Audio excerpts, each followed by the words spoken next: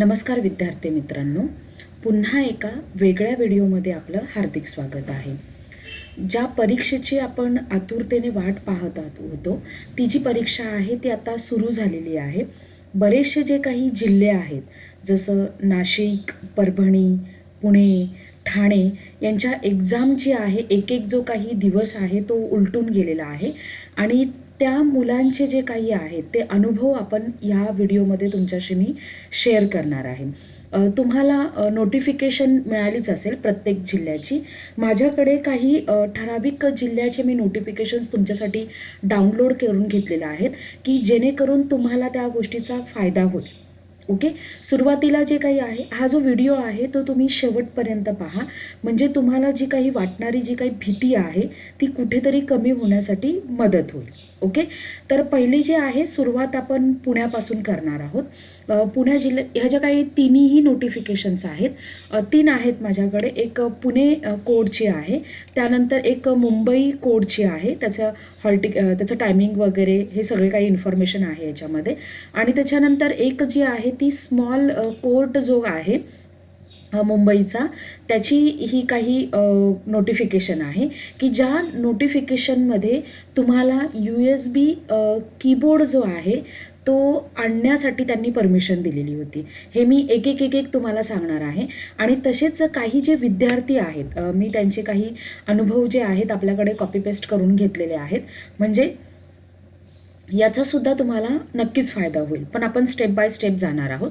तर सुरुवात जी आहे, मी ही नोटिफिकेशन तुम्हाला वाचून दाखवणार आहे की जेणेकरून तुम्हाला थोडी आयडिया येईल आणि म्हणजे कसं तिथे एक्झाम हॉलमध्ये गेल्यानंतर तुमचा गोंधळ उडणार नाही आहे.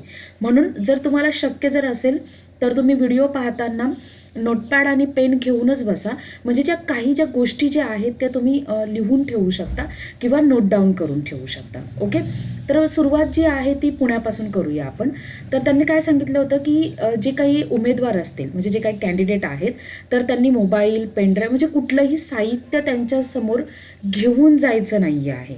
ओके, म्हणजे फक्त त्यांना काय सोबत घेऊन जायचे, फक्त त्यांचं जे काही हॉल तिकीट वगैरे आहेत किंवा त्यांचं जे काही ID प्रूफ आहे ते फक्त तुम्हाला ते काय करायचे, घेऊन जायचं आहे.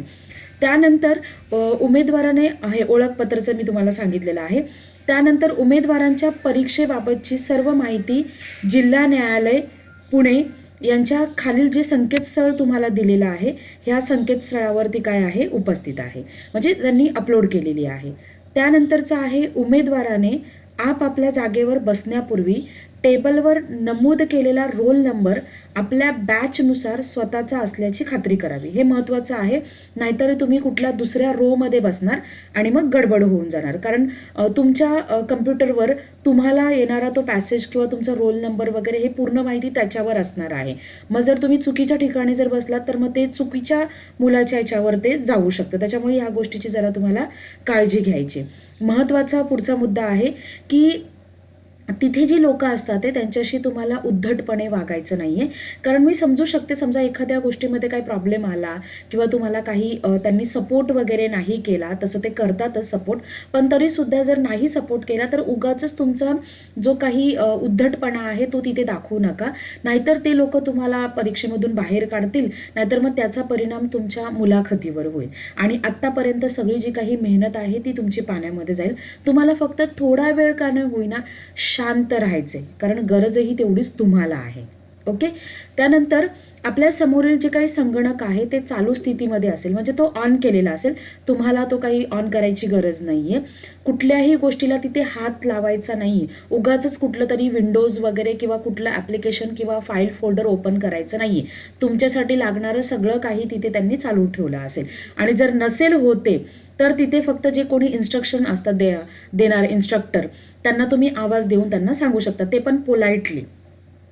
ओके, त्यानंतरचा 7वा नियम आहे, काय आहे की तुम्हाला जी काही परीक्षेसाठी जी काही फाईल लागणार आहे ती अगोदरच त्यांनी ओपन करून ठेवलेली असेल आणि त्याच्यामध्ये पेज सेटअप, पेजची सेटिंग, फॉन्ट साईज, मार्जिन वगैरे ह्या सगळ्या गोष्टी तिथे केलेल्या असतील. हे सगळं पुण्यावाल्यांसाठी आहे.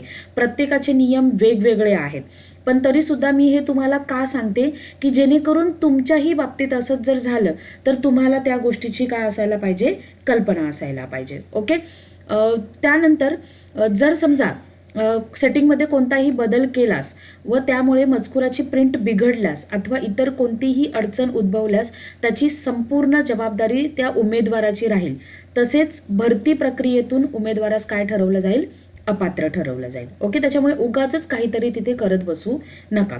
त्यानंतरचा बघा 8वा नियम आहे, उमेदवार त्याच्या जागेवर बसल्यानंतर त्याला त्याचे संगणकाच्या स्क्रीनवर फाईल ओपन दिसेल.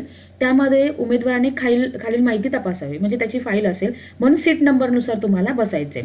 बॅच क्रमांक या चौकोनामध्ये आपणास जो बॅच क्रमांक देण्यात आलेला आहे तो तपासून पाहावा, म्हणजे आपलाच आहे का. नंतर हे पुण्याचा आहे, या चौकोनामध्ये आपणास जो अनुक्रमांक म्हणजे जे काही पुढील देण्यात आलेला आहे तो तपासून पाहावा, म्हणजे रजिस्ट्रेशन नंबर हा तुमचा असा टाकायचा. उदाहरणार्थ 92604 जर असेल तर तुम्हाला कंपल्सरी त्याच्या हे पुण्यासाठी आहे 00 म्हणजे 00 तुम्हाला टाकून आणि तुमचा तो जो काही रजिस्ट्रेशन नंबर आहे तो तुम्हाला तिथे टाईप करायचा आहे. ॲप्लिकेशन नंबर, अर्जाचा अनुक्रमांक, यामध्ये आपणास JC पुढे आपल्याला ॲप्लिकेशन नंबर तपासून पाहायचा आहे, ते मात्र आठवणीने करून बघा. ओके, त्यानंतर सदर माहिती अचूक असल्याची खात्री उमेदवाराने करायची आहे. जर उमेदवार उपरोक्त माहिती तपासून अचूक असल्याची खात्री करावी, तसेच माहिती बदल करण्याची आवश्यकता असल्यास माहिती भरावी, म्हणजे जर गरज असेल तर ते करायचं, नसेल तर मग इग्नोर करायचं. ओके, त्यानंतर फक्त कार्यालयीन वापरासाठी असं जे तिथे नमूद केलेलं असेल ना, तिथे तुम्ही काही करायचं नाहीये. ओके, टंकलेखन उतारा चाचणी सुरू होण्यापूर्वी 2 मिनिटाची तुम्हाला सराव चाचणी सुरू करता येते. काही ठिकाणी मी पुढचीही तुम्हाला नोटिफिकेशन वाचून दाखवणार आहे.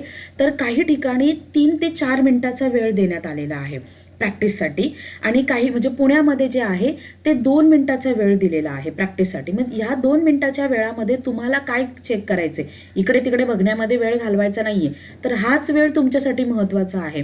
तर मग यामध्ये काय करा, पहिला प्रश्न तर तुम्हाला सगळ्यांना जो पडलेला असतो तो बॅकस्पेसचा.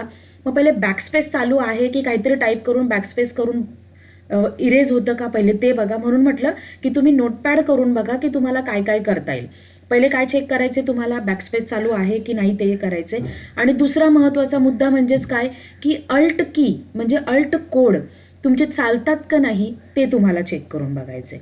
बरोबर, ह्या 2 गोष्टी जर तुम्हाला समजल्या तर तुमचा प्रॉब्लेम काय होणार, सॉल्व्ह होणार.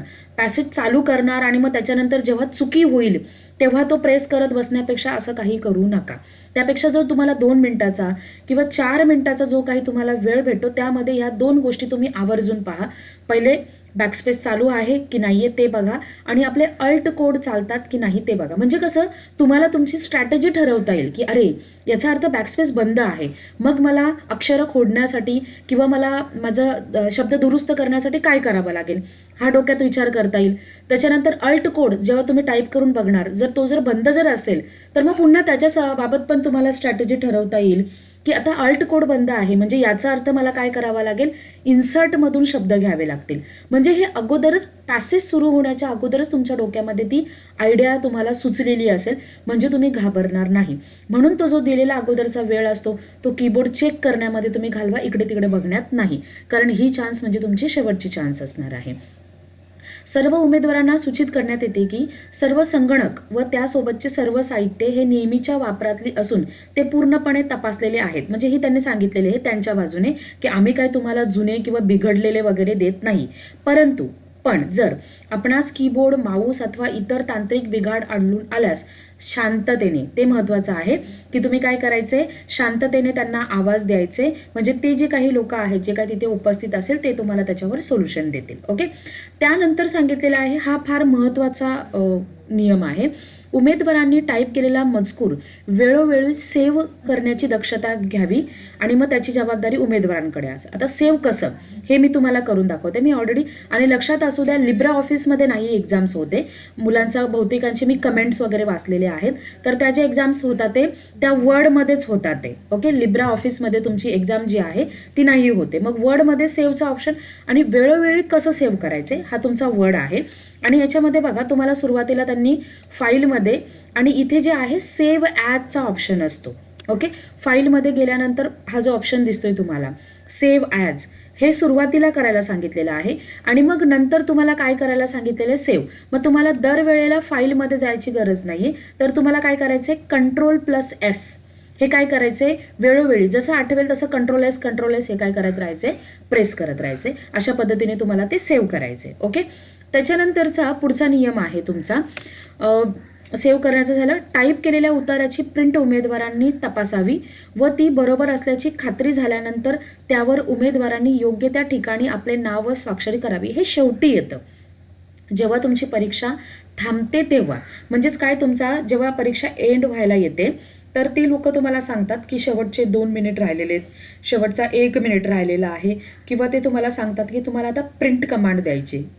मग प्रिंट कमांडसाठी शॉर्टकट की Ctrl+P किंवा फाईलमध्ये जाऊन तुम्ही इथे जे आहे इथे तुम्हाला दिसत असेल प्रिंट, ह्या प्रिंटवर पण तुम्ही काय करू शकता, क्लिक करू शकता. प्रिंट फक्त कमांड तुम्हाला द्यायचे, बाकी तुमचे जे काही इन्स्ट्रक्शन जे काही असतात इथे अधिकारी ते काय करतील, येतील आणि तुमची प्रिंट तुम्हाला काढून देतील. मग तुम्हाला काय करायचे ते सांगितले त्यांनी की तुम्हाला काय करायचे, ती प्रिंट व्यवस्थित तुम्हीच टाईप केलेली आहे की नाही ते चेक करा. तुमच्या मशीनवरून निघणार म्हणजे ती तुमचीच असेल, पण तुमचा सीट नंबर वगैरे हे बाकी सगळ्या गोष्टी तपासायच्या आणि मगच तुमची सिग्नेचर करायची. ओके, हे मात्र लक्षात असू द्या. उमेदवारांनी त्यांच्या उत्तरपत्रिकेची एकच प्रिंट काढायची आहे आणि प्रिंट निघण्यास ती प्रिंट कमांड दिल्यानंतर समजा जर प्रिंट एकच येणार, जास्त प्रिंट द्यायच्या नाही आहेत. जसं उदाहरणार्थ मी तुम्हाला करून दाखवते, इथे कॉपीज वगैरे असतात, ते फाईलमध्ये गेलो आपण, प्रिंटवर क्लिक केलं. प्रिंटवर मी क्लिक केल्यानंतर इथे तो एक डायलॉग बॉक्स येतो आणि त्या डायलॉग बॉक्समध्ये इथे कॉपीज असतात. हे बघा इथे दिसते ना, इथे काय असतात ते कॉपीज. मग इथे तुम्हाला जास्त कॉपीज नाही द्यायचे, तुम्हाला फक्त किती कॉपीज द्यायची आहे, एकच कॉपी द्यायची. इथे एक हे सिलेक्ट करायचे आणि प्रिंट कमांडवर तुम्हाला काय करायचे, क्लिक करायचे. समजा तुमची प्रिंट आली नाही तर मग तुम्हाला काय करायचं आहे, ते जे तिथे कोणी असणार आहेत जे पर्यवेक्षक, मग त्यांना काय करायचे, बोलवायचे आणि मग ते देऊन तुम्हाला तुमचे जे काही प्रॉब्लेम असेल त्याचं सोल्युशन तुम्हाला करून देतील. वारंवार प्रिंट कमांड देऊ नये. जर येत नसेल तर त्यांना आवाज द्या, एकदाच द्या तुम्ही. जर येत नसेल, कदाचित कधी कधी प्रिंटर चालू वगैरे नसेल, पेज वगैरे नसेल, काहीतरी इश्यू असू शकतो, मग तेव्हा तुम्ही सारखी प्रिंट करत राहू नका. एकदाच कमांड द्यायची, नाही आलं की त्यांना आवाज द्यायचा की सर मी प्रिंट कमांड दिलेली आहे पण तरीसुद्धा प्रिंट आलेली नाही आहे. मग बाकीचं जे काही आहे ते त्यांच्याकडे असणार आहे. ओके. उमेदवारांना कोणतेही पेपर अथवा कागदपत्रे परीक्षा कक्षाबाहेर घेऊन जाण्यास मनाई आहे. म्हणजे तुम्ही काहीही तिथून घेऊन जायचं नाहीये. ओके. परीक्षा संपल्यानंतर उमेदवाराने आपल्या जागेवरच बसून राहायचे आहे आणि जेव्हा ती लोक सांगतील तुम्हाला, त्या तुमच्या उत्तरपत्रिका जेव्हा ते ताब्यात घेतील, त्याची पूर्ण तपासणी वगैरे झाले की मग त्यांनी सांगितल्यानंतर मग उठून जायचे.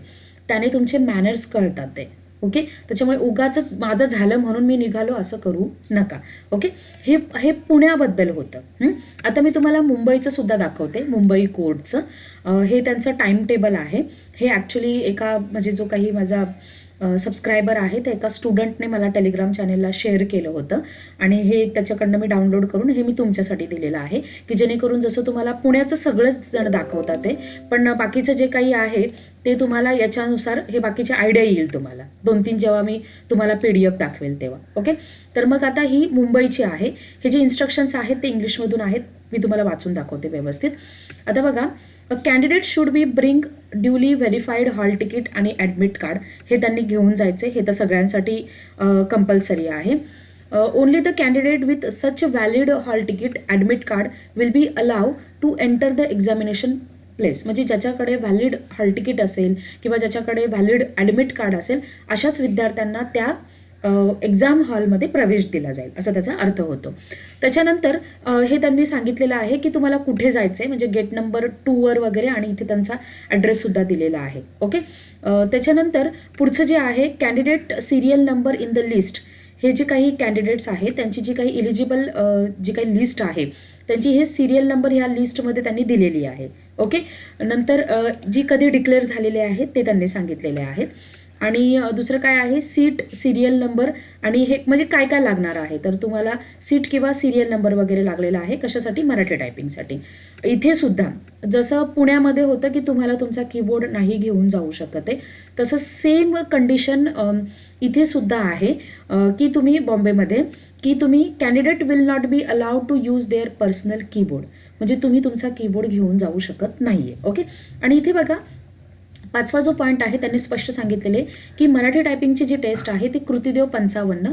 आता बऱ्याचशा मुलांचा कन्फ्युजन होतं की 055 करायचं की नुसतं 55 करायचं, तर कन्फ्युजन होऊ देऊ नका. आता ती वेळही नाही आहे कन्फ्यूज होण्याची. 055 करा किंवा 55 करा, तो एकच आहे. ओके. नंतर हे बघा, लिब्रा ऑफिस नाही तर कशामध्ये तुमची परीक्षा होणार आहे? मायक्रोसॉफ्ट वर्डमध्ये तुमची एक्झाम होणार आहे. ओके. त्यानंतर सांगितलेलं आहे candidate should not write type his her name or sign or any other word or symbol on any part of the answer sheet. त्या आन्सर शीटवर तुम्हाला काहीही लिहायचं नाही आहे. Otherwise his her answer sheet will not be, म्हणजे ते घेणारच नाही आहेत इव्हॅल्युएटेड. ओके. नंतर आहे त्याच्यामुळे काही करू नका, त्यांनी जेवढं सांगितलं तेवढंच करा, एक्स्ट्रा डोकं लावू नका please. Candidate would not be allowed to carry their bags, mobile. हा नियम तर पुण्यामध्ये पण होता, जो स्टार्टिंगलाच होता. ओके. ते तुम्ही पेनड्राईव्ह, कॅल्क्युलेटर वगैरे हे काही घेऊन जाऊ शकत नाही आहे, नाहीतर मग तुम्हाला डिस्क्वालिफाईड केलं जाईल. ओके. त्यानंतर हे जे काही तिन्ही आहेत त्या मी आपल्या टेलिग्राम चॅनेलला टाकून देईल, म्हणजे तुम्ही तिन्ही व्यवस्थित वाचू शकता, म्हणजे तुम्हाला त्या गोष्टीची हेल्प होऊन जाईल आणि भीती जरा कमी होऊन जाईल. Candidate should strictly allow the instruction one centre, म्हणजे जेव्हा तुम्ही एक्झाम हॉलमध्ये पोहोचणार तेव्हा तुम्हाला त्यांनी दिलेल्याच इन्स्ट्रक्शन्स फॉलो करायचं आहे. स्वतःचा डोकं तिथे वापरायचं नाही आहे. स्वतःचं डोकं शांत ठेवायचे आणि ते पॅसेज कसं कंप्लीट होईल याच्यासाठी फक्त वापरायचं आहे. ओके. नंतर candidate should arrange for their travelling expenses वगैरे तो त्यांनी सांगितलेला आहे. The computer lab wise setting arrangement will be display at the entrance of the examination centre. हे तुम्हाला बघायचे, एक्झामिनेशन सेंटरच्या बाहेरच तुम्हाला जी काही तुमची सिटिंग अरेंजमेंट आहे ती तुमची तिथे डिस्प्ले होईल. त्याच्यानंतर जो काही रिझल्ट आहे, आता समजा ह्या मुलांची जी काही आहे ते मला असं वाटतं 9 तारखेपासून एक्झाम चालू होते बॉम्बेवाल्यांची, मुंबई कोर्टवाल्यांची, आणि त्यांचा रिझल्ट लगेच जो आहे तो 12 नोव्हेंबरला त्यांचं डिक्लेअर होणार आहे. म्हणजे इंग्लिश एक्झामसाठी पात्र किती कॅन्डिडेट झालेले आहेत वगैरे इथे तुम्हाला त्या साईटवर जाऊन तुमचा रिझल्ट तो तुम्हाला पाहता येईल. ओके. त्यानंतर इथे इन्स्ट्रक्शन्स आहेत बघा. मी जसं तुम्हाला बोलली होती की पुण्यामध्ये जे काही आहेत तर त्यांनी प्रॅक्टिससाठी किती मिनिटाचा वेळ दिला होता? 2 मिनिटाचा. हे बघा, तिथे किती दिला होता? 2 मिनिटाचा. पण मुंबईमध्ये जे काही आहे तो त्यांना किती मिनिटाचा वेळ दिला होता? 3 मिनिटाचा दिला होता, म्हणजे अजून एक्झाम व्हायची आहे तर 3 मिनिटाचा त्यांना काय दिलेला आहे? वेळ दिलेला आहे. Okay. The candidate will have 3 minutes practice time on Microsoft word. लक्षात असू द्या, आता लिब्रा ऑफिस जो आहे तो विसरून जा, वर्डकडे तुम्हाला कॉन्सन्ट्रेट करायचे. And for checking of the keyboard, म्हणजे वर्डचं ते ओपन करण्यासाठी किंवा पाहण्यासाठी, ॲक्च्युली ओपनच असेल पण तुम्ही तिथे टाईप वगैरे करून बघा, आणि कीबोर्ड चेक करण्यासाठी तुम्हाला 3 मिनिटाचा वेळ दिलेला असेल. Thereafter no time would be granted after the practice time is over. जेव्हा प्रॅक्टिस टाईम ओव्हर होईल मग नंतर तुम्हाला कुठल्याही प्रकारचं टाईम दिलं जाणार नाही आहे. Okay. Marathi typing test shall consist 300 words, 300 शब्दाची, आणि किती? 10 मिनिटामध्ये तुम्हाला करायचे. The candidate will open new file in Word. Okay. तुम्हाला 3 मिनिटाचा जो काही प्रॅक्टिस टायमिंग दिलेला असतो त्याच्यामध्ये तुम्ही वर्ड फाईल ओपन करणार. हे मुंबईवाल्यांसाठी आहे. कन्फ्यूज होऊ नका प्लीज, कारण मी 3 ठिकाणचं दाखवते, नाहीतर मग मिक्स करणार आणि मग गडबड करणार. ओके. तर तसं काही करू नका. मग तुम्हाला काय करायचं आहे मुंबईवाल्यांना? The candidate will open new file in Word which will have a design templated, म्हणजे रेडीमेड असणार आहे. जसं पुण्यावाल्यांसाठी होतं की तुमचं बाकीचं सगळं त्यांनी सेटिंग वगैरे केलेली होती ते तसंच आहे, पण तुम्हाला काय करायचे? न्यू फाईल ओपन करायची. मग न्यू फाईल तुम्ही कुठून ओपन करणार?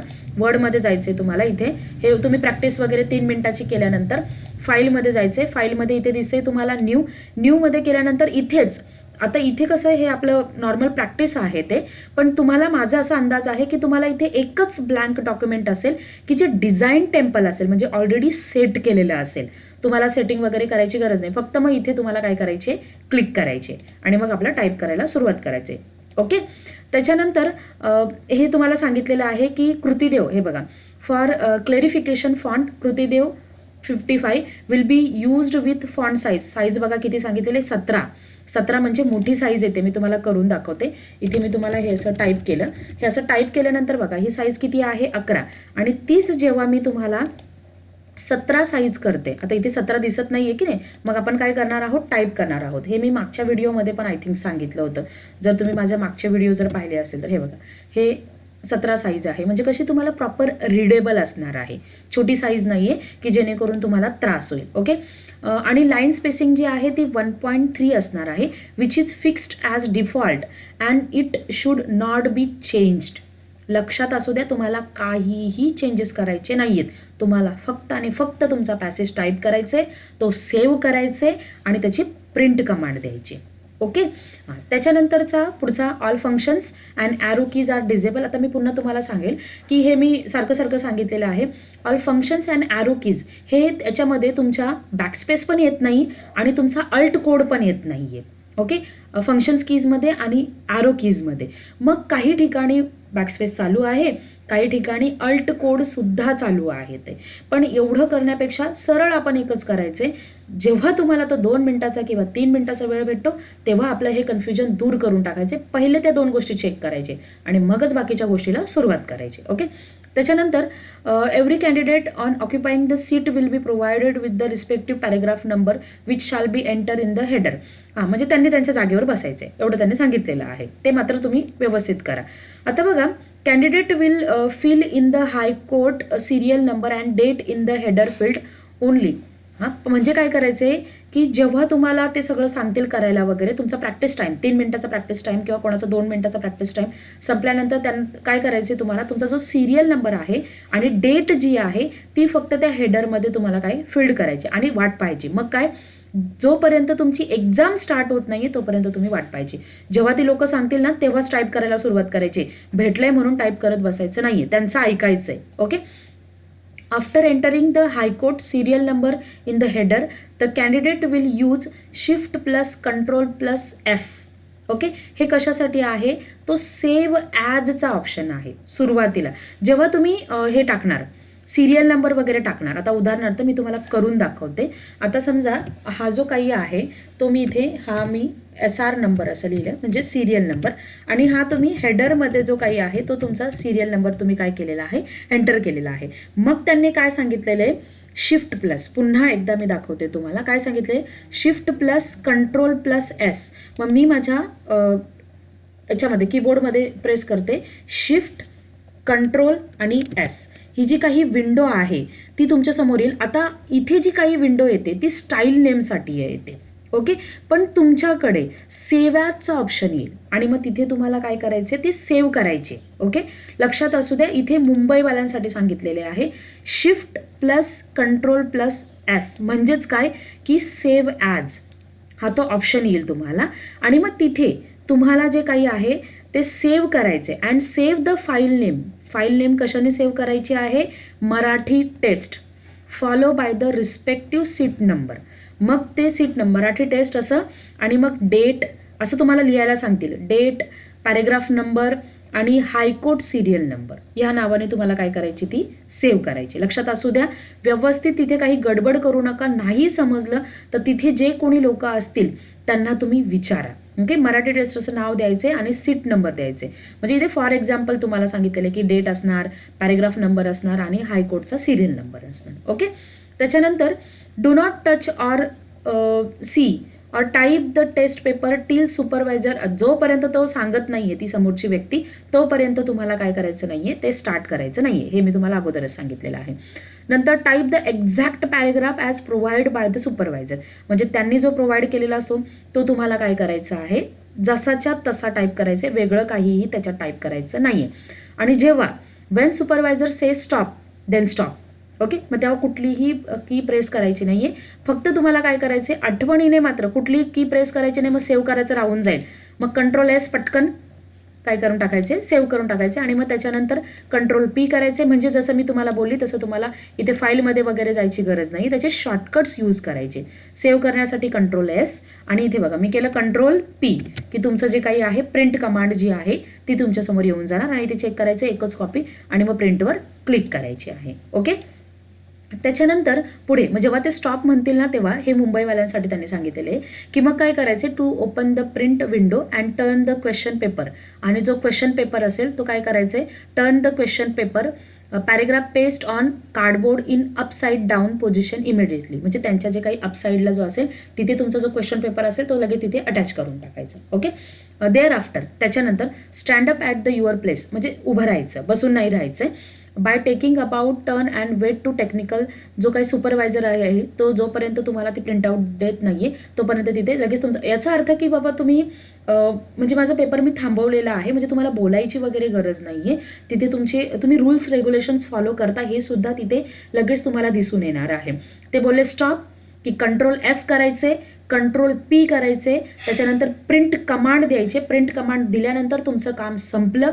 त्याच्यानंतर लगेच तुमचा जो क्वेश्चन पेपर असेल तो तिथे कार्डबोर्ड असेल त्याला अटॅच करायचे आणि लगेच तुमच्या सीटवरून तुम्हाला उभं राहायचे. ओके, हे मात्र लक्षात असू दे.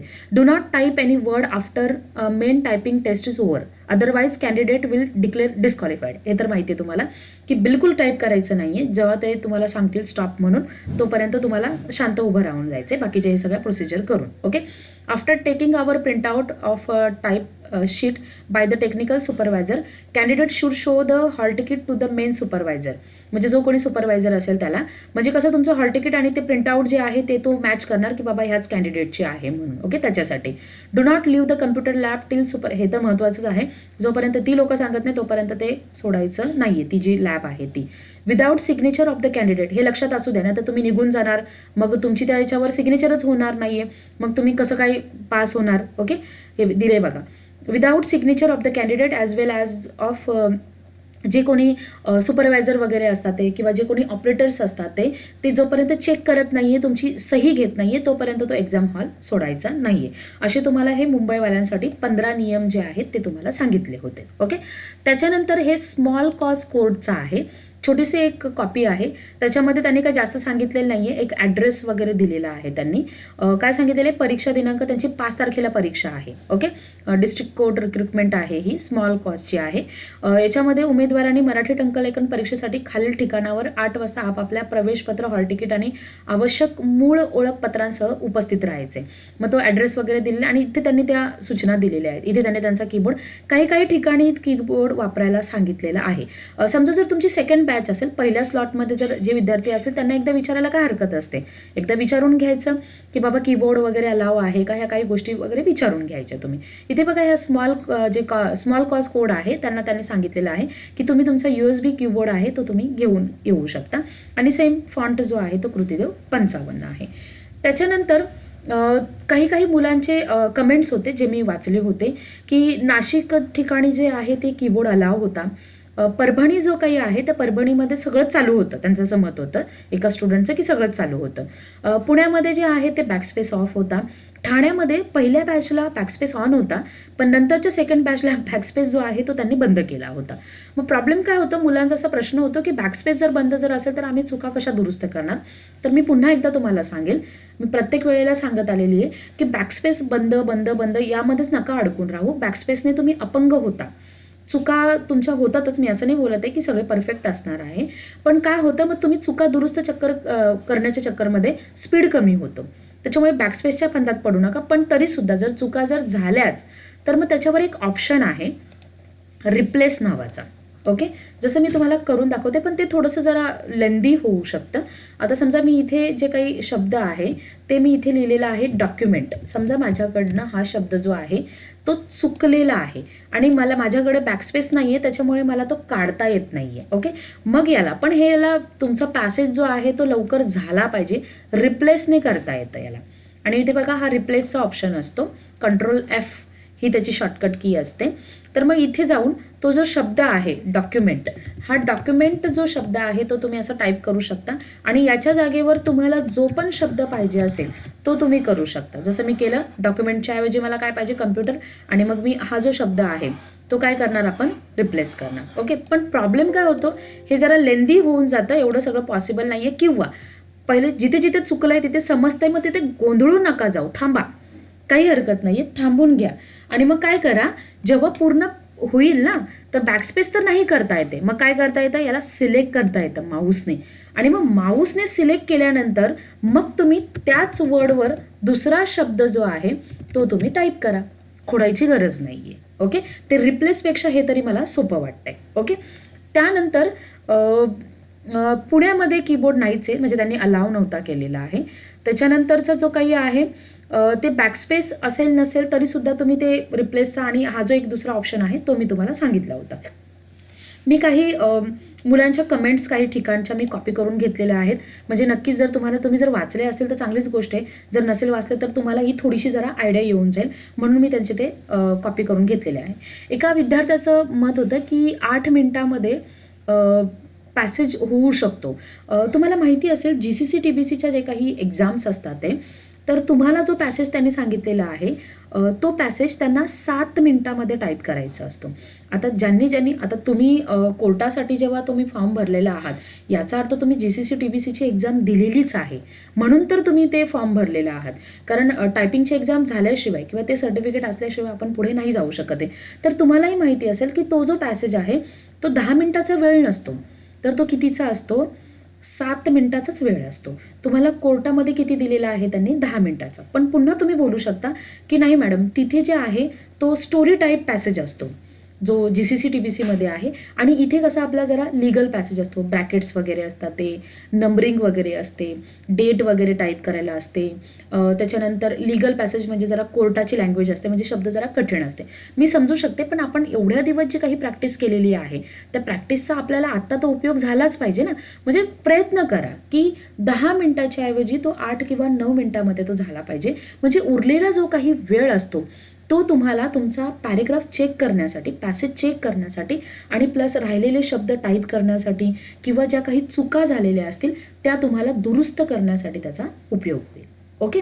आणि दुसरी एक गोष्ट, मला माझ्या एका विद्यार्थ्यांनीच विचारलं होतं की काही जे शब्द असतात ते जसं प्र, ट्र, हे असे काही शब्द असतात ते तर तुम्ही कीबोर्डने टाईप करू शकतो का? म्हणजे अल्ट की, कारण काही शब्द कसे कीबोर्डने पण टाईप करता येतात ते, आणि काही जे शब्द आहेत म्हणजे त्यांनाच अल्ट कोडसुद्धा सांगितलेला आहे. तर मी मागच्या माझ्या व्हिडिओजमध्ये पण सांगितलेले आहेत की जे शब्द कीबोर्डवर येतात ते हा बरोबर, म्हणजे अल्ट कोडने केला तर तो बरोबर येतो, त्यानंतर जर मी कीबोर्डने केला तर तो चुकीचा येतो, असं काही नसतं. ओके. जो शब्द जर कीबोर्डवर येतो तर त्याच्यासाठी तुम्हाला अल्ट कोड प्रेस करायची गरज नाही आहे, हे मात्र लक्षात असू द्या. हां, जर समजा अल्ट कोड जर बंद जर असेल तर इन्सर्टमधून जाऊन तुम्हाला ते शब्द घ्यायचे आहेत. पण हे मी पुन्हा एकदा सांगेल, पहिले सगळा पॅसेज कव्हर करा आणि जिथे जिथे शब्द राहिला असेल तिथे असं सिलेक्ट करायचं, क्लिक करायचं आणि तिथे इन्सर्टमध्ये जाऊन तो शब्द इन्सर्ट करायचा. ओके. म्हणजे तुमचा वेळ वाचतो. ओके. आता हे काय लिहिलं होतं बघा त्यांनी की येथे काही जण 7 व त्याच्या आत दावा करत होते, म्हणजे ते पूर्ण कमेंट होते की बाबा काही बोलत होते की मी 7 मिनिटामध्ये टाईप करेल किंवा मी 8 मिनिटामध्ये वगैरे टाईप करेल, असं त्यांचं कन्व्हर्सेशन चालू होतं.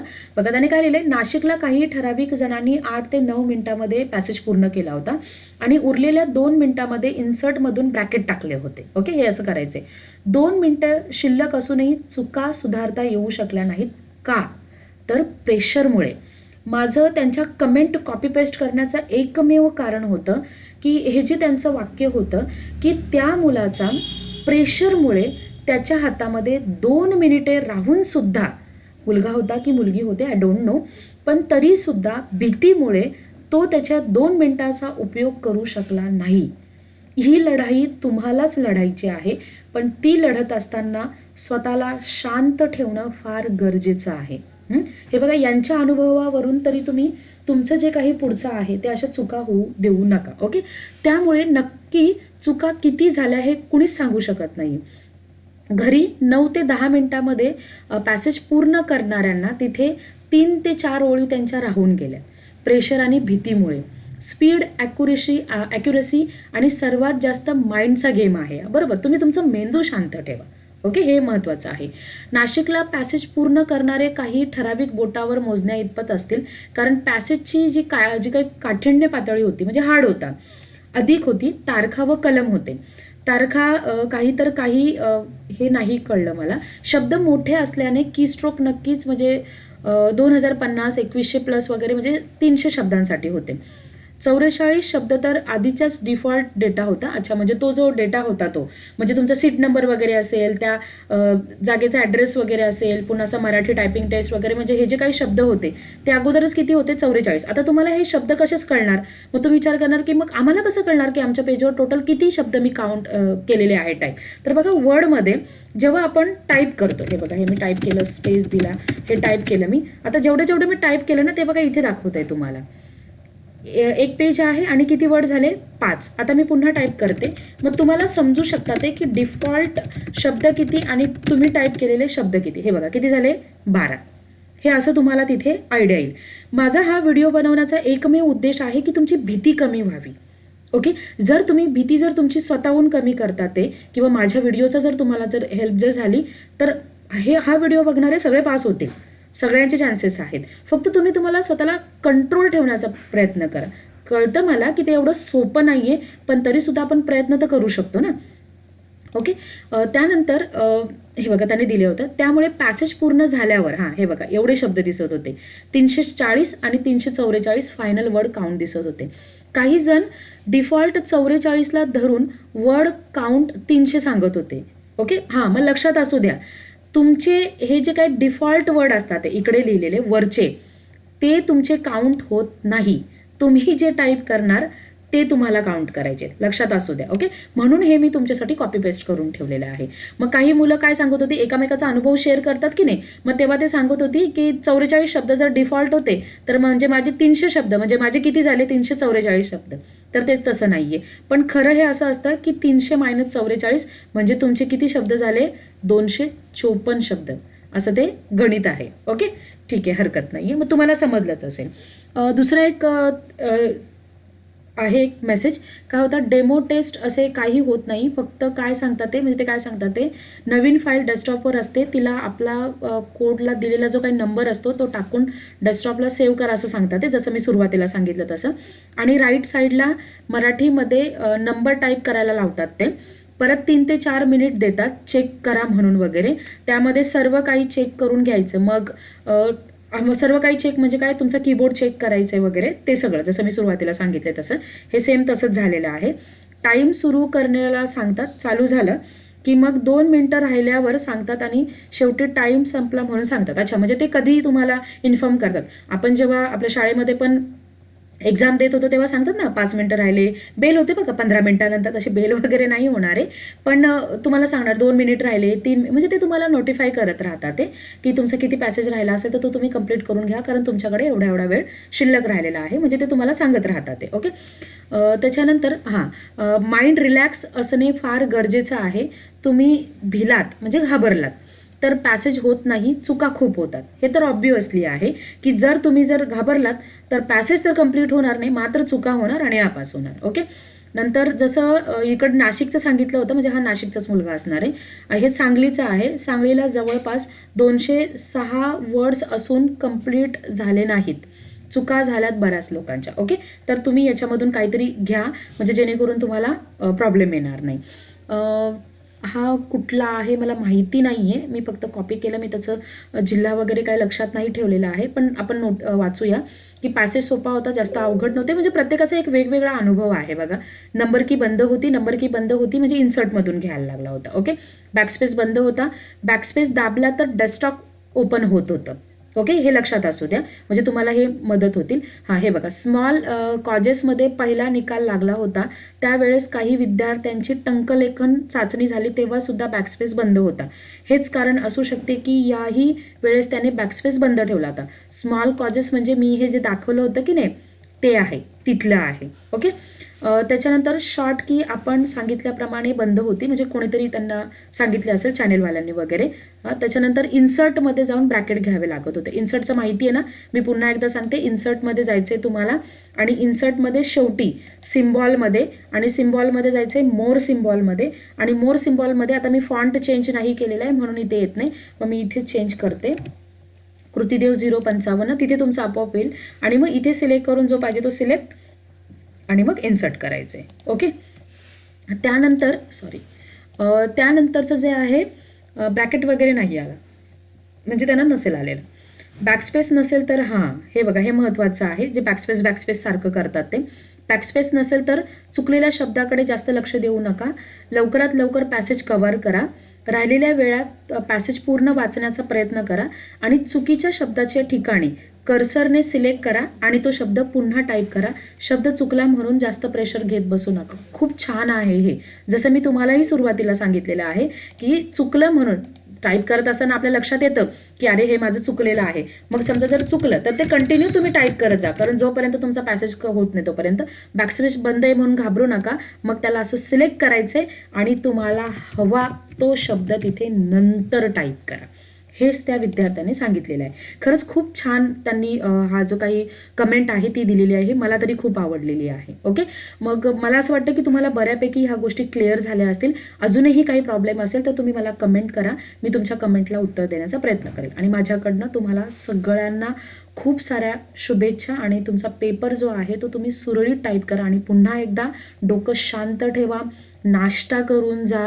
जर दुपारची बॅच जर असेल, जर अगोदरच घरून खाऊन निघाला असतील तर पाणी सोबत ठेवा. त्याच्यानंतर फळं वगैरे तुमच्यासोबत ठेवा की जेणेकरून तुम्हाला तिथे ते खाता येईल. कारण उपाशी जर असेल तर तरीसुद्धा तुम्हाला ते टाईप करता येणार नाही. ओके, आणि मग चक्कर वगैरे येणं, ऊन आहे, एवढं दुपारचं ऊन जरा तुम्हाला त्रासदायक ठरू शकतं. काही मुलं लांबून प्रवास वगैरे करतात. ते पोट भरलेलं जर असेल तर डोकं चालतं. हे सगळ्यांनी मान्य करा. उगाचच प्रेशरमुळे मला जातच नाही असं करू नका. जबरदस्तीने खा की जेणेकरून तिथे झाल्यानंतर दुसऱ्या प्रॉब्लेमला तुम्हाला फेस करावा लागणार नाही. ओके, आणि पुन्हा एकदा माझ्याकडनं तुम्हा सगळ्यांना खूप साऱ्या शुभेच्छा. धन्यवाद.